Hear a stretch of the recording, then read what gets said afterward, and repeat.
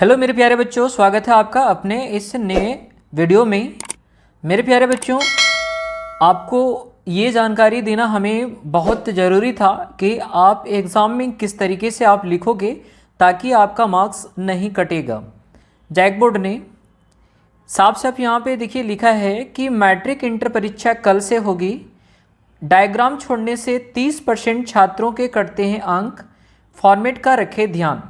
मेरे प्यारे बच्चों, बहुत सारे बच्चे गलती क्या करते हैं, साइंस में हो या फिर मैथ्स में भी, जैसे ग्राफ वगैरह में क्या है, ठीक से डायग्राम नहीं बना पाते हैं जिसके कारण से मार्क्स कट जाते हैं। अच्छा, दूसरी चीज़ क्या है मेरे प्यारे बच्चों कि आप जब एग्ज़ाम में लिखते हो तो फॉर्मेट का आपको अच्छे से ध्यान रखना होगा।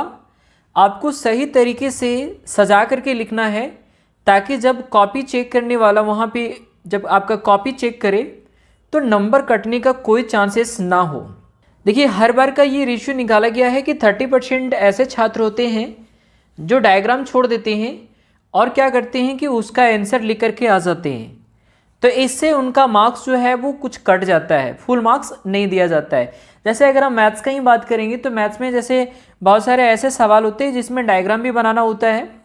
जैसे 10th क्लास में अगर हम लोग बात करेंगे तो हाइट एंड डिस्टेंस यानी कि ऊंचाई और दूरी में जो क्वेश्चंस पूछी जाती है उसमें आपको डायग्राम बनाना बहुत मस्ट होता है और डायग्राम में आपको हर एक चीज़ को मेंशन करना बहुत ज़रूरी है, तभी आपका मार्क्स फुल में फुल मिलने वाला है। ठीक, वहीं पे अगर साइंस में अगर हम बात करेंगे तो साइंस में जैसे बहुत सारे बच्चे क्या करते हैं कि डायग्राम तो बना लेते हैं जैसे तैसे, लेकिन उसमें मेंशन नहीं कर पाते हैं नेम को, तो वहाँ पे भी मार्क्स कटने के बहुत ज़्यादा चांसेस होते हैं। देखिए, यहाँ पे साफ साफ लाइन में यहाँ पे बताया है कि बहुत सारे छात्र जो है वो कैलकुलेशन में भी करते हैं गलतियाँ, इससे फाइनल आंसर तक नहीं पहुँच पाते हैं। जी हाँ, जैसे बहुत सारे बच्चे गलती कहाँ करते हैं मैं बता रहा हूँ। जैसे क्या हुआ कि कोई क्वेश्चन बना रहे हैं तो सॉल्यूशन अगर वो कर रहे हैं तो 2 से 3 स्टेप वो सही जाते हैं, उसके बाद कैलकुलेशन में उसका गलत हो जाता है, जिसके कारण से क्या होता है कि मार्क्स तो कट ही जाता है, फुल मार्क्स नहीं मिल पाता है।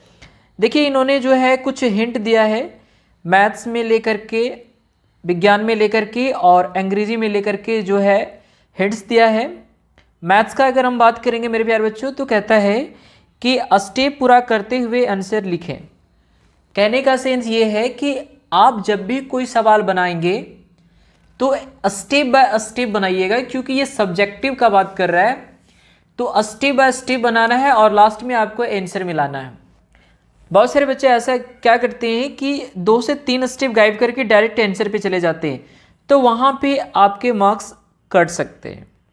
ठीक है, तो ध्यान रखना है आपको कि जब मैथ्स आप बनाएंगे तो वहाँ पे पूरा स्टेप बाय स्टेप आप चलेंगे, उसके बाद आप आंसर लिखिएगा, तभी आपके जो है वो फुल में फुल मार्क्स मिलने वाले हैं। देखिए, यहाँ पे साफ साफ इन्होंने बताया है कि 10 से 15% स्टूडेंट सीधे फॉर्मूला लगा करके आंसर निकालने का प्रयास करते हैं और स्टेप पूरा करते हुए आंसर पूरा करें।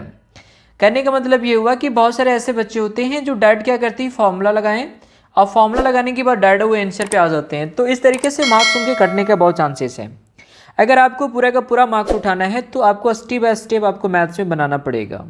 ठीक है, वहीं पे बता रहा है कि 30 से 40% ऐसे स्टूडेंट होते हैं जो कैलकुलेशन में गलती कर देते हैं, तो वो फाइनल आंसर तक पहुँच ही नहीं पाते हैं, तो उस तरीके से भी क्या होगा कि आपका मार्क्स कट जाएगा। तो ये सारे बातों को आपको ध्यान में रखना है। ठीक है, वहीं पे अगर हम बात करेंगे साइंस में तो कहता है कि डायग्राम बनाने के साथ लेवलिंग करें।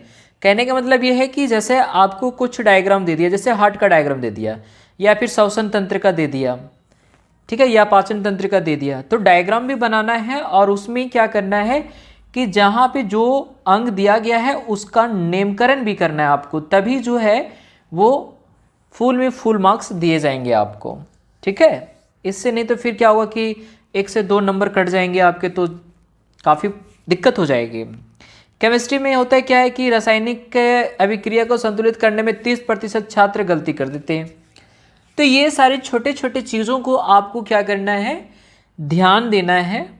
ठीक पे अगर हम अंग्रेजी में बात करेंगे ना तो बहुत सारे बच्चे क्या करते हैं कि स्पेलिंग लिखने में बड़ा गलती करते हैं, तो इसलिए यहाँ पे इन्होंने सजेस्ट किया है कि स्पेलिंग के लिए लिख करके आप प्रैक्टिस करें। ठीक है, ताकि आप जब लेटर या पैराग्राफ या एप्लीकेशन लिखते हैं तो आप सही से लिख पाओ। अगर आपका स्पेलिंग मिस्टेक होगा तो पूरा का पूरा सेंटेंस का मीनिंग ही बदल जाएगा, ठीक है। और हमेशा याद रखिए कि फॉर्मेट, जो फॉर्मेट होता है उसी फॉर्मेट के आधार पे आपको लेटर भी लिखना है, उसी फॉर्मेट पे आपको पैराग्राफ लिखना है, एप्लीकेशन भी लिखना है। तो ये सारी बातों को आपको ध्यान में रखना है। दूसरी चीज़ है मेरे प्यारे बच्चों कि जब भी आपका एग्ज़ाम स्टार्ट होता है तो एग्ज़ाम स्टार्ट होने से आधे घंटे पूर्व आप अपने एग्ज़ाम सेंटर पे पहुंच जाएं, ताकि आपको कोई तरह का दुविधा नहीं हो। जैसे बहुत सारे ऐसा केस दिखाया गया बिहार बोर्ड में, बहुत सारे ऐसे जगह पे देखा गया कि एग्ज़ाम सेंटर में बच्चे 5 मिनट लेट से पहुँचे तो उन्हें एग्ज़ाम नहीं दिया गया, मतलब उन्हें एग्ज़ाम देने का मौका नहीं दिया गया। तो ये गलती आप नहीं करेंगे, आप एग्ज़ाम सेंटर पे समय से पहले पहुंच जाएंगे, ठीक है। और हमेशा याद रखेंगे कि आपको एक पेन लेकर के नहीं बल्कि एक के साथ 2-3 पेन को लेकर के जाना है। क्या पता है कि कोई पेन बीच में अगर धोखा दे, तो इसलिए आपको 2 पेन यानी फुल अपना तैयारी के साथ जाना है एग्ज़ाम सेंटर पे।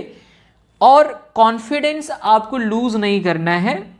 पता है मेरे प्यारे बच्चों कि आपके लिए पहला एग्ज़ाम होगा बोर्ड का, तो ये देखिएगा कि कॉन्फिडेंस आपका जो है वो लूज़ ना हो जाए, ठीक है। एकदम कूल माइंड में जाइए और एग्ज़ाम को लिखिए, ठीक है। हिंदी में आप थोड़ा सा वचन, लिंग, क्रिया आदि पर ध्यान रखेंगे और एसएसटी में जाएंगे तो मैप वर्क में सही मार्किंग करेंगे, यानी कि एक सवाल तो पक्का है कि आपका मैप से देगा एसएसटी में। तो ये सब क्वेश्चन जो है आपको 100% कर लेना है।